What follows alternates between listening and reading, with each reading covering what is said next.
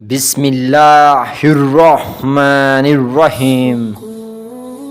حضرت سلیمان فارسی رضی اللہ تعالی عنہ سے مروی ہے، رسول اللہ صلی اللہ علیہ وآلہ وسلم نے فرمایا، جس نے جمعہ کے دن غسل کیا اور خوب پاکی حاصل کی اور تیل یا خوشبو استعمال کی، پھر جمعہ کے لیے چلا اور دو آدمیوں کے بیچ میں نہ گھسا اور جتنی اس کی قسمت میں تھی نماز پڑھی، پھر جب امام باہر آیا اور خطبہ شروع کیا تو وہ خاموش ہو گیا، اس کے اس جمعہ سے دوسرے جمعہ تک کے تمام گناہ بخش دیے جائیں گے۔